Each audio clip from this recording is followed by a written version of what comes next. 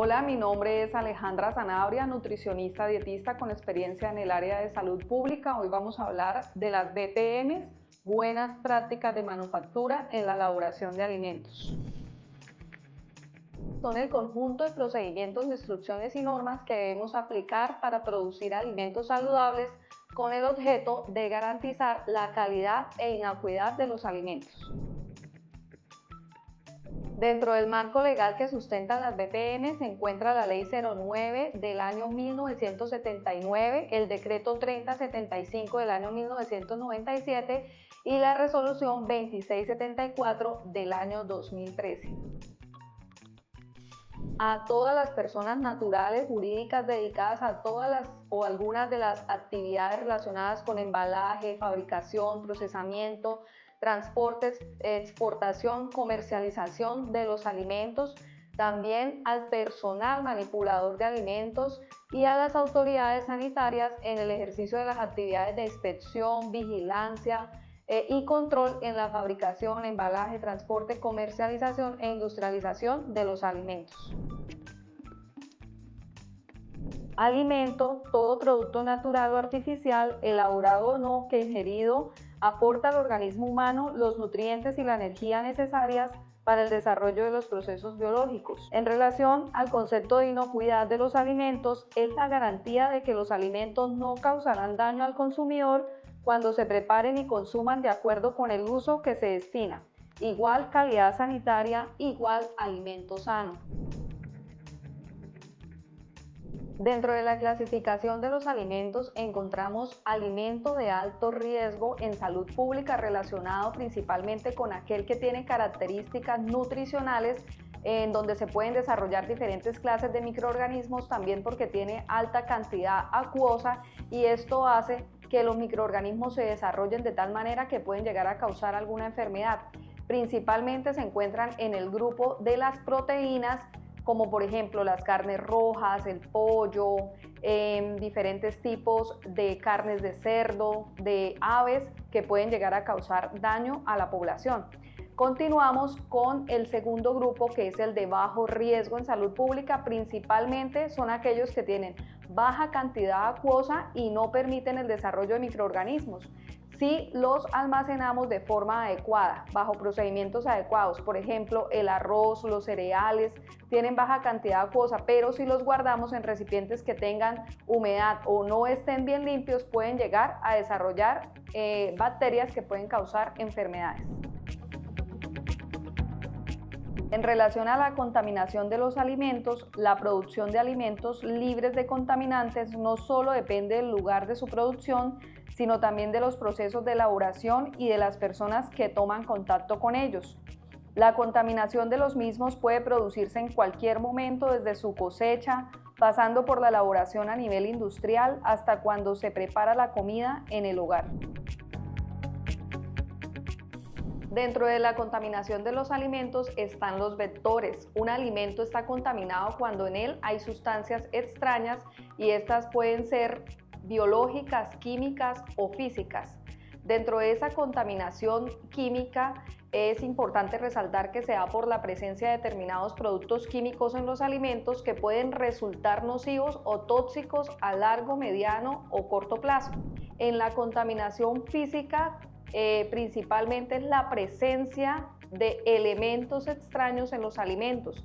Es ahí, por ejemplo, cuando nos encontramos que en la sopa hay clips, hay chinches, hay diferentes objetos que se utilizan en la vida cotidiana, pero pueden caer accidentalmente en los alimentos. Y en la contaminación biológica principalmente es causada por la presencia de microorganismos, hongos y sustancias extrañas que pueden causar enfermedades al organismo. Normalmente es la causa principal de enfermedades transmitidas por los alimentos y por lo tanto es el tipo de contaminación con el que mayor debemos tener cuidado. Conservación de alimentos en secos. Es el uso adecuado de procesos, también de elementos como estivas, rotulado, limpieza, desinfección y organización y uso de inventarios o cards que nos permiten guardar la integridad organoléptica del alimento. Congelación.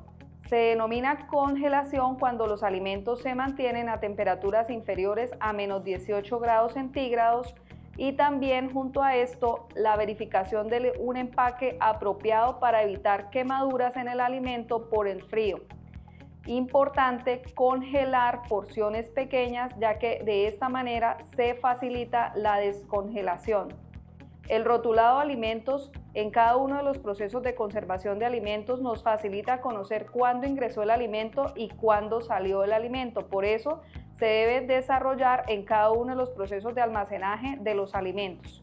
Refrigeración. La refrigeración es un método de conservación de alimentos que consiste en mantenerlos a una temperatura entre 0 a 8 grados centígrados.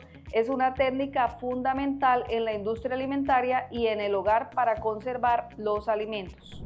Tips para la descongelación y la conservación de alimentos. La descongelación en la nevera de los alimentos permite que de forma lenta y segura desde la noche anterior a la mañana se descongelen de forma adecuada y mantengan la calidad de los alimentos.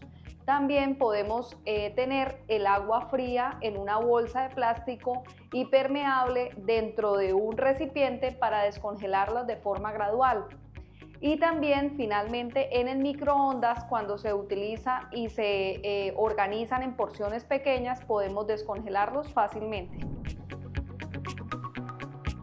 Nunca descongelar alimentos en los mesones de la cocina, el patio o lavaderos.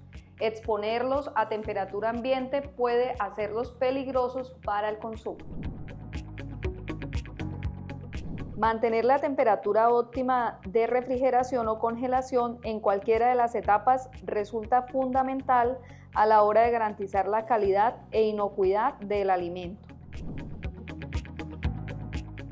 Existen diferentes tipos de contaminación cruzada. Tenemos la contaminación cruzada directa y la contaminación cruzada indirecta. En la contaminación cruzada directa, el ejemplo es cuando utilizamos equipos, por ejemplo la tabla de picar, en donde he arreglado un pollo, lo he cortado y posteriormente en esa misma tabla, sin lavar, pico un tomate para realizar una ensalada. De esta manera el tomate me queda contaminado de forma directa con el pollo.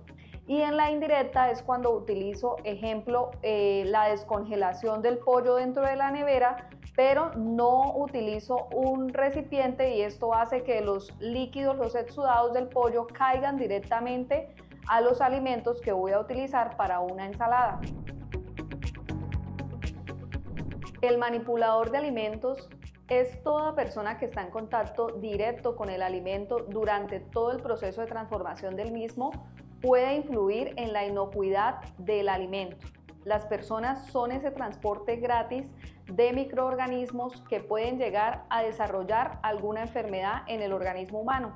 El manipulador de alimentos debe tener ese estado de salud certificado a través de un carnet de manipulación de alimentos soportado en una historia clínica que me diga cómo está en su salud para poder brindar todo el servicio y todo el proceso de elaboración de alimentos en el servicio de alimentación. También es importante tener en cuenta esa educación y capacitación que debe ser 10 horas anuales en todo lo que tiene que ver con el servicio de alimentación y todo lo que es BPMs para poder desarrollar alimentos organolépticamente agradables, pero también de alta calidad e inocuos.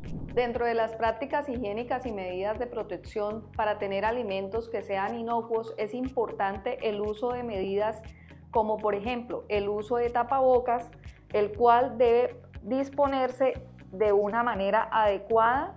En la parte superior del dorso de la nariz trae un alambre el cual me permite ajustarlo de forma adecuada. Debe ir bien ajustado aquí detrás de las orejas y por debajo del mentón. Esto va a permitir que no salgan ninguna partícula de saliva hacia los alimentos cuando los estoy preparando. El uso también del gorro es importante realizarlo de forma adecuada. Todo el cabello debe ir dentro del gorrito y deben estos pelitos de aquí atrás estar bien organizados y poner las orejas dentro. Importante, no utilizar ningún tipo de joyas dentro del servicio de alimentación, anillos, cadenas, relojes, pulseras, no los debo utilizar. ¿Para qué? para evitar que elementos químicos, como lo vimos hace unos minutos atrás, caigan dentro de los alimentos y puedan ocasionar algún tipo de enfermedad de asfixia mecánica en el consumidor del alimento. Adicionalmente, el manipulador de alimentos debe evitar rascarse la nariz en el servicio de alimentación, hablar con compañeros sin tapabocas encima de los alimentos, debe evitar el uso de uñas largas o pintadas, tampoco lo debemos hacer. El uso del equipo celular, estadísticas han demostrado que el celular tiene la mayor cantidad de microorganismos de cualquier otro equipo que utilicemos, entonces tenerlo en el servicio de alimentación hace que este se convierta en un agente altamente contaminante. Evitar también rascarnos la cabeza, rascarnos la cara y ayudarnos y soportarnos en el lavado de manos. El lavado de manos previene diferentes tipos de enfermedades, entre ellas la diarrea aguda, la neumonía, enfermedades de piel y enfermedades transmitidas por alimentos denominadas ETAs. Se realiza de la siguiente manera, son 12 pasos según la OMS. En primer lugar, abrimos la llave, nos hidratamos las manos, adicionamos suficiente jabón y empezamos el proceso de espuma. Luego, entre los dedos, frotamos. Lo que hagamos en la mano derecha se debe realizar en la mano izquierda. Pasamos para la parte superior del dorso de la mano, de una mano y la otra, los nudillos para lavar muy bien las uñas, el dedito gordo, derecho e izquierdo. Nuevamente lavamos de esta manera, nos enjuagamos muy bien el jabón por todas las áreas de la mano, tomamos una servilleta que sea seca, nos secamos la mano y cerramos con ella la llave. Las ETAs son ese síndrome originado por la ingestión de alimentos o agua que contienen agentes etiológicos en cantidades suficientes que nos pueden enfermar. El caso ETA es cuando una sola persona presenta la sintomatología y se enferma, desarrollando principalmente diarrea. El brote ETA es cuando 2 o más personas tienen toda esta sintomatología y se enferman. Aquí ya entran conceptos epidemiológicos de importancia que nos van a tener en el foco para poder desarrollar actividades que prevengan todas estas enfermedades dentro del servicio de alimentación. Las ETAs más frecuentes son las debidas a causas de microorganismos y zootoxinas. Existen principalmente 2 tipos de ETAs. Están las infecciones alimentarias que se encuentran ocasionadas por el microorganismo en sí, y están las intoxicaciones que se encuentran desarrolladas por las toxinas que estos microorganismos expiden dentro de nuestro cuerpo. Para finalizar esta capacitación de buenas prácticas de manufactura, desde nuestro rol de manipulador de alimentos es importante tener en cuenta esa prevención que somos nosotros en el desarrollo de enfermedades y la mitigación de la contaminación de los alimentos que nosotros preparamos en el servicio de alimentación.